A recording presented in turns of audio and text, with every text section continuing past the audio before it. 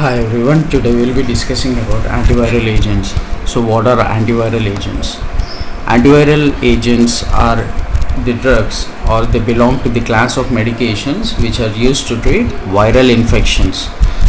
And most antiviral agents are specific for treatment of viral infections, and most of them have broad spectrum of antiviral activity. What do you mean by broad spectrum antiviral activity? Means these antiviral agents will be effective on wide range of viruses. So antibacterial agents, they act on bacteria, and antiviral agents, they act on viruses. And the broad spectrum antivirals, they act on or they are active against a variety of viruses. Coming to the first drug under antiviral agents we are going to discuss is amantadine. As you can clearly see the structure, this is tricyclic. You can see two cyclohexane rings. Easy way to draw the structure: two cyclohexane rings. One is vertical and another one is horizontal. Cyclohexane rings of chair form. Write them one perpendicular to the another, draw them one perpendicular to another. If this is the vertical one and this one will be the horizontal one, and then fuse the terminals, the 1 and 3 positions. If they are fused through methylene bridge, you can easily get the structure of amantadine. You can clearly draw the structure and then place an amine group at first position. So coming to its nomenclature, it is tricyclic. As we said, this is tricyclo 3, 3, 1, 1, and the points of fusion are at 3 and 7. Decane 1 amine hydrochloride. Amantadine hydrochloride is stable, white crystalline powder, freely soluble in water and soluble in alcohol and chloroform. So it is very much freely soluble. Why? Because of the presence of a polar group like amine. It is freely soluble in water and it is also soluble in organic solvents like alcohol and chloroform. And what are the uses of amantadine? It is used to treat dyskinesia, that is, what is dyskinesia? Inability to move. Kinesia, something related to kinetics, something related to movement. Dyskinesia, inability to move. Dyskinesia associated with Parkinsonism, and influenza caused by type A influenza virus. So what are the uses for amantadine? It is used to treat dyskinesia as well as treatment of influenza type A virus. Amantadine alone or may be combined with anti-Parkinsonian drugs or anticholinergic drugs. So it can be used alone or it can be taken in combination with anti-Parkinsonism drugs or anticholinergic drugs. Coming to its mechanism of action, the antiviral mechanism of action is antagonism of influenza virus A M2 proton channel, which prevents viral shedding, as viral shedding is very important for the virus to infect the cell and its replication. So what is the main mechanism of action for this amantadine? Its antiviral activity is because of inhibition of M2 proton channel. This point is important. Inhibition of or antagonism of M2 proton channel.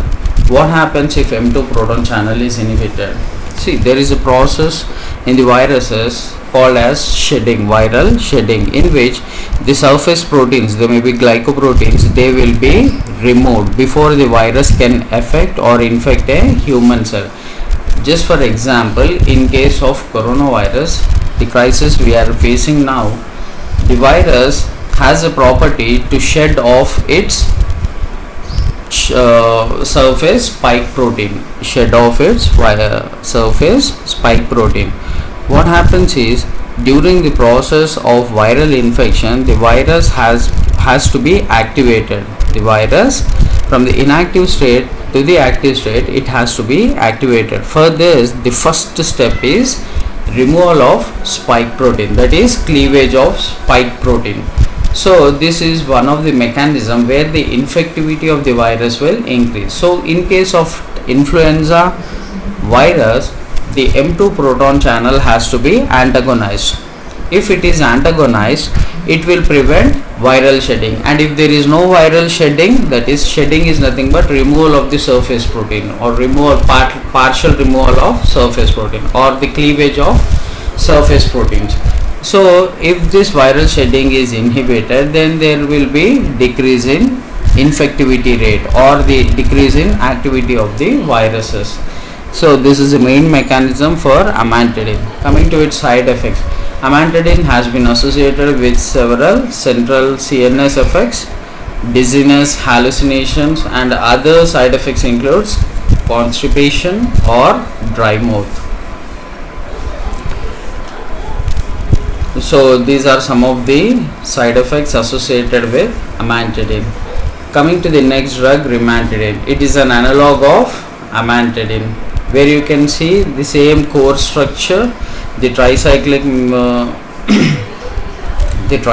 core structure with an amine group, but you have an extra aliphatic chain. Coming to rimantadine. So coming to its IUPAC name, alpha methyl tricyclo 33137 decane 1 methanamine hydrochloride. Coming to its uses, it's orally administered antiviral drug used to treat influenza A infection, and this drug can also be used to moderate the severity of influenza A virus. It can also be used to moderate. So whatever are the critical symptoms of a viral infection, they can be minimized. So this is nothing but moderation of the viral symptoms. Coming to its mechanism of action, they are very much similar to that of amantadine, that is inhibition or antagonism of M2 proton channel. If M2 proton channel is being antagonized, what happens? The process of viral shedding is inhibited. If viral shedding is inhibited, then there will be inactivity of the virus. Coming to its side effects, nausea, upset stomach, nervousness, tiredness, lightheadedness, trouble sleeping, difficulty concentrating, etc. Coming to the next drug, idoxuridine. As you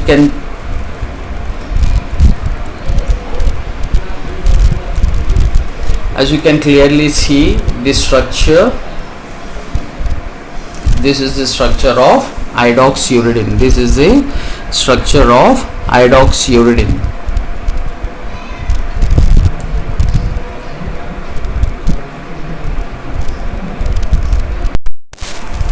As you can see, the next drug, it is idoxuridine. We'll quickly have a glance at the structure of idoxuridine. You can clearly see that it is an analog of uridine. This is a natural base which occurs in DNA. This is the structure of uridine, and this is the structure of idoxuridine. So here, as you can clearly see, there is an substitution of iodine at this position on the pyrimidine ring. As you know that this is a pyrimidine ring. Nitrogen at 1 and 3 positions, pyrimidine ring, and at this, if this is the first position and this is the second position, that is, if these are taken as 1, 2, 3, 4, the numbering, then this should be taken as 1 dash, 2 dash. So at 2 dash you have a missing hydroxy group, whereas it is very much present in case of uridine. So these are the structural differences which can be observed with uridine and the drug idoxuridine. So what happens is, instead of incorporation of this uridine into the DNA base pairing, idoxuridine will be involved in the formation of DNA. Thereby it inhibits the DNA replication. So you can easily analyze, like this iodine, extra incorporation of iodine and the missing of this hydroxy group at 2 dash position, then this will cause improper base pairing. So the viral the DNA of the virus replication will be inhibited. So we'll quickly go through the structure. Idoxuridine, it is a white crystalline powder at 25 degrees centigrade. It is soluble in water. It is used, and this solubility is mainly because of these ribose sugars. As you can see, this DNA contains of ribose sugar. This is a pentose sugar. So it is soluble in water. It is usually only topically, it is used only topically due to cardiotoxicity. Idoxuridine, if it is taken internally, it leads to cardiotoxicity, so therefore it is used topically. So it can be used as an ophthalmic ointment, that is for eye purpose, or ophthalmic solution as eye ointment or eye drops, eye ointments or eye drops. So it should be taken only topically. Why? Because internally it has observed that cardiotoxicity is possible. Coming to its mechanism of action, it is a nucleoside analog. As we said, it resembles that of uridine. This is idoxuridine, a modified form of deoxyuridine, a modified form of deoxyuridine. If uridine has OH, then if the OH is absent for the same analog, then it is called deoxyuridine. So it is a modified form of deoxyuridine in which you have an extra iodine atom. So similar to it is incorporated into viral DNA replication, but the iodine atom added to the uracil component blocks base pairing. You know that there should be base pairing in case of DNA replication, adenine with uracil. So that base pairing is inhibited, thereby it inhibits DNA replication. It inhibits DNA replication. This is the mechanism of action associated with idoxuridine. Coming to its uses, idoxuridine is mainly used topically to treat herpes simplex keratitis. This is a virus, herpes simplex virus is used to treat herpes simplex keratitis, epithelial lesions, and it is also, but it is ineffective against herpes simplex virus type 2. It is used to treat herpes simplex keratitis, but it is ineffective against herpes simplex virus type 2 and varicella zoster.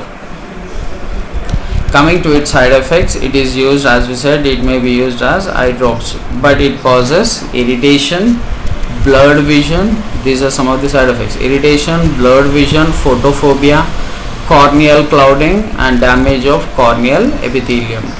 These are some of the eye side effects which are observed with the usage of idoxuridine. Coming to the next drug, acyclovir.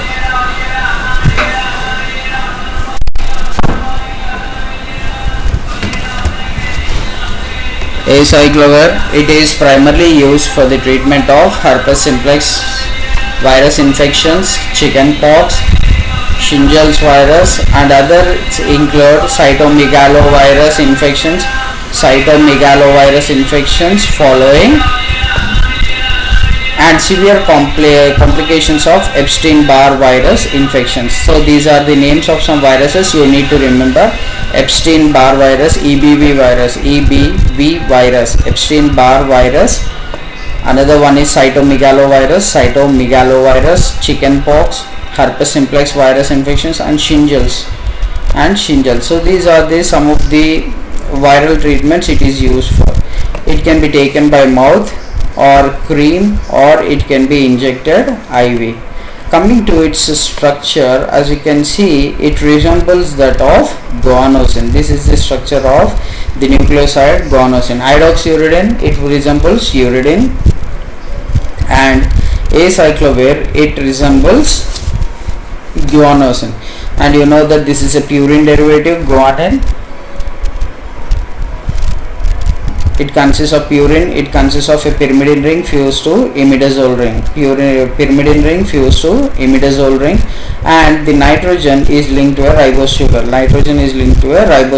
As you can see, the structure is very similar to that of guanosine, but the only thing is the ribose sugar is cleaved. It is not completely intact. As you can see, you can break the structure ribose sugar over here, then you will get N, and this part is very much prominent, but this part, the two hydroxy groups with this carbon chains, are missing. So this is the structure of acyclovir.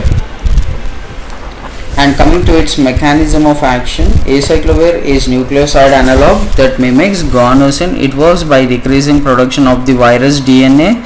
Acyclovir is converted by viral thymidine kinase, viral thymidine kinase to acyclovir monophosphate, and then it is activated to acyclovir triphosphate, which competitively inhibits and inactivates herpes simplex virus specified DNA polymerases, preventing further viral DNA synthesis without affecting normal cellular processes.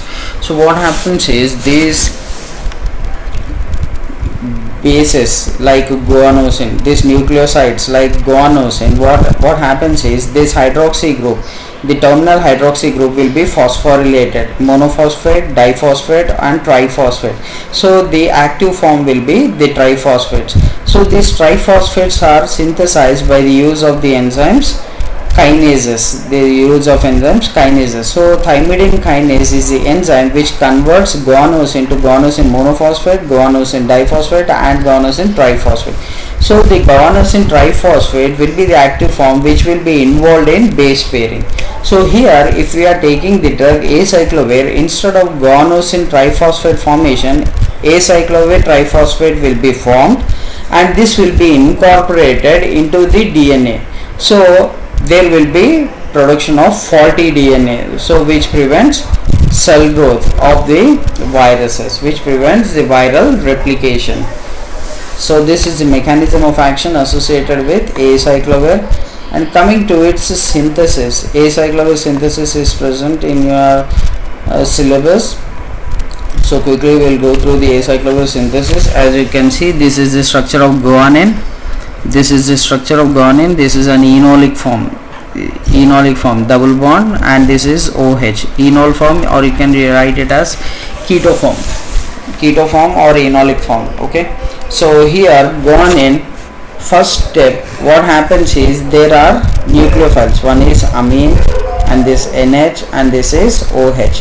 So here what is the first thing we need to do is these are more reactive compared to NH. The OH, NH2 followed by OH, they are more reactive towards a reagent than NH.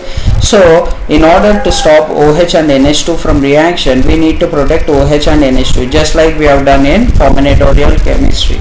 So solid phase synthesis, we need to use protecting groups. The protecting group is hexamethyl disilazine. It is used to protect OH and NH2, OH group and NH group. Once they are protected, this NH can only react with the reagent.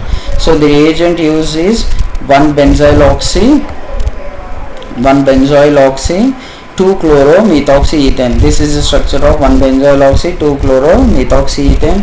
So here what happens is it will interact with this free amine and there is a bond formation. And in the next step, what happens is this is an ester, OC double bond O benzyl oxy group. So this will be cleaved in the next step. In presence of ammonia and methanol, this group is cleaved to give OH, and this will be the structure of acyclovir. This will be the structure of acyclovir or the synthesis of acyclovir. Coming to the next drug, ganciclovir. Ganciclovir, as you can clearly see the structure, it also resembles very much like that of guanosine. So here there is an extra CH2OH group apart from acyclovir. Earlier case it was an enolic form, now I have written in a ketonic form, ganciclovir. So this ganciclovir is an antiviral medication used to treat cytomegalovirus infections. It is a prodrug with improved oral bioavailability. What is the prodrug of ganciclovir? The question, and the answer will be valganciclovir. Valganciclovir is the prodrug of ganciclovir. The active form is ganciclovir. The prodrug form is valganciclovir. Coming to the uses, the cytomegalovirus pneumonitis in bone marrow transplant recipients. If a patient has been transplanted with bone marrow, there is a probability of cytomegalovirus associated pneumonitis, so that will be inhibited. So prevention of cytomegalovirus in bone marrow and solid organ transplant recipients. Confirmed CMV retinitis in people with AIDS.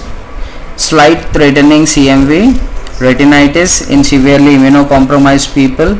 It is also used for acute CMV colitis in HIV/AIDS and CMV pneumonitis in immunosuppressed patients.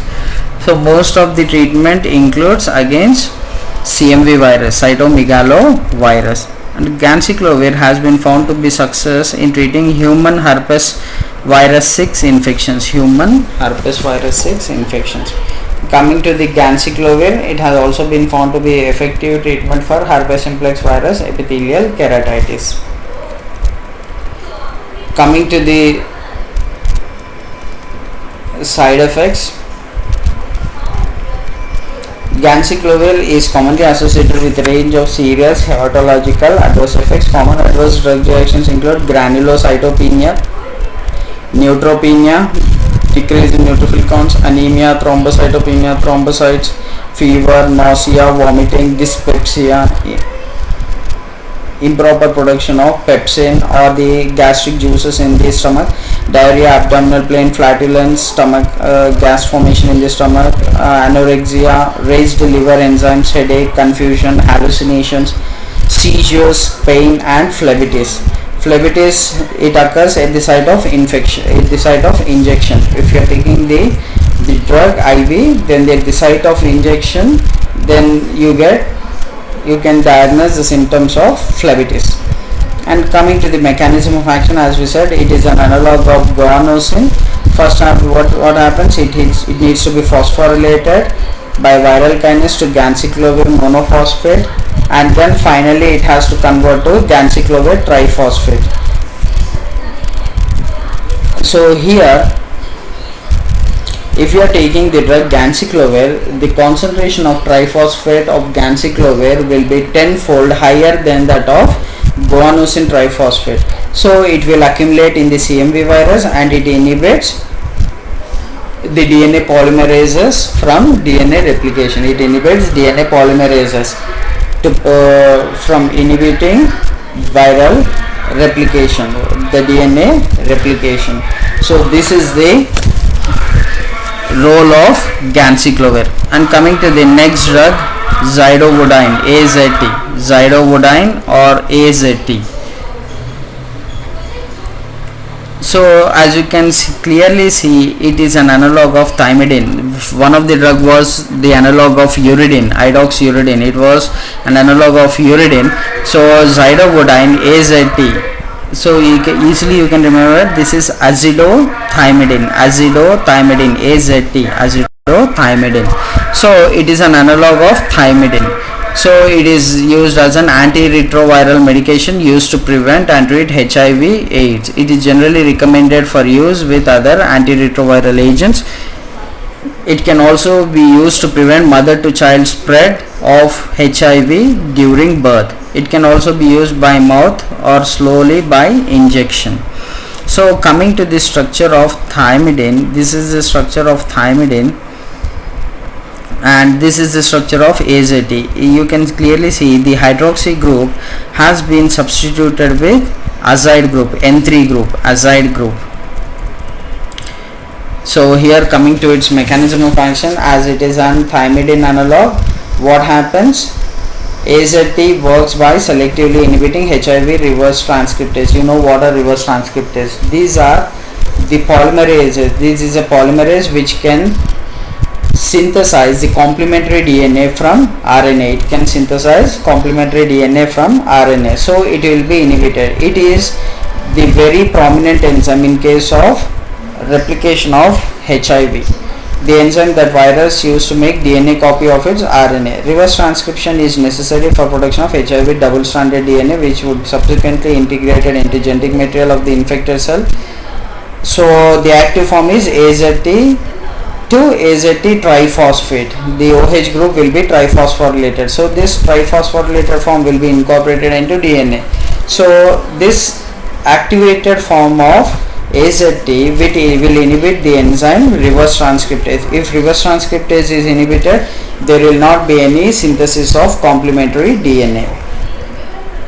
So at very high doses, AZT triphosphate form may also inhibit DNA polymerases used by humans. So apart from virus inhibition, it may also affect some human cells. but the affinity for viral that is reverse transcriptase is 100-fold to that of human reverse transcriptase, so the toxicity level will be less. So coming to the side effects include anemia, neutropenia, hepatotoxicity, cardiomyopathy and myopathy. Pharmacokinetics. Coming to the pharmacokinetics, the drugs that inhibit hepatic glucuronidation such as indomethacin, nordazepam, acetyl salicylic acid and trimethoprim, these are some of the drugs which causes decreased elimination rate and increased therapeutic strength of the medication. So this is a synergistic effect. Why? Because the bioavailability of the AZT will be increased. They are not rapidly eliminated, but they are very much present in the human body fluid, that is the blood circulation, so that it will inhibit the viral replication and the activity will be increased if taken along with the drugs like nordazepam, the diazepam class of drugs, acetyl salicylic acid, that is aspirin, and trimethoprim. This is a folate inhibitor, trimethoprim. Coming to the diadenosine, it is also abbreviated as DDI, is a medication used to treat HIV virus. It is used in combination with other medication as a part of HAART. What is HAART? Highly active antiretroviral therapy. So retroviral drugs are mostly used for treatment of HIV.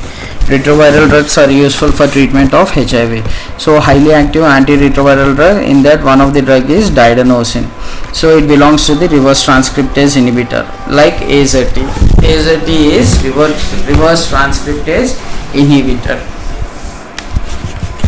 So coming to its mechanism of action, you can clearly see it is an analog of adenosine. You can see adenosine belongs to purine class. You have a pyrimidine ring fused to an imidazole ring, and this nitrogen is fused to a ribose sugar. So you have an NH2 group. So here this diadenosine, it resembles that of adenosine. Only thing is this amine is replaced with keto group. Instead of amine, this keto group is present and the two prominent OH groups are missing. So there will be synthesis of faulty DNA. Commonly you can see the analogs are synthesized. Why? Because they resemble that of actual substrate, and there will be generation of faulty intermediates or faulty products. So this belongs to this mechanism of action. Diadenosine is a nucleoside analog of adenosine, as we have said. It is phosphorylated to diphosphate and then triphosphate by cellular kinases, and then it inhibits the reverse transcriptase, so that there will be generation of faulty DNA. The complementary, you know that the reverse transcriptase is used to synthesize complementary DNA from RNA, so that enzyme will be inhibited. Why? Because there will be faulty incorporation of diadenosine instead of adenosine. So easy to remember the structure of all the base pairs, all the bases which are used in the synthesis of DNA. Then you can remember the structures of these drugs and what are the substituents which are missing or which have been added to the class of the drugs. So these are some of the drugs under antiviral therapy. So there are some more drugs we will be discussing in the next class.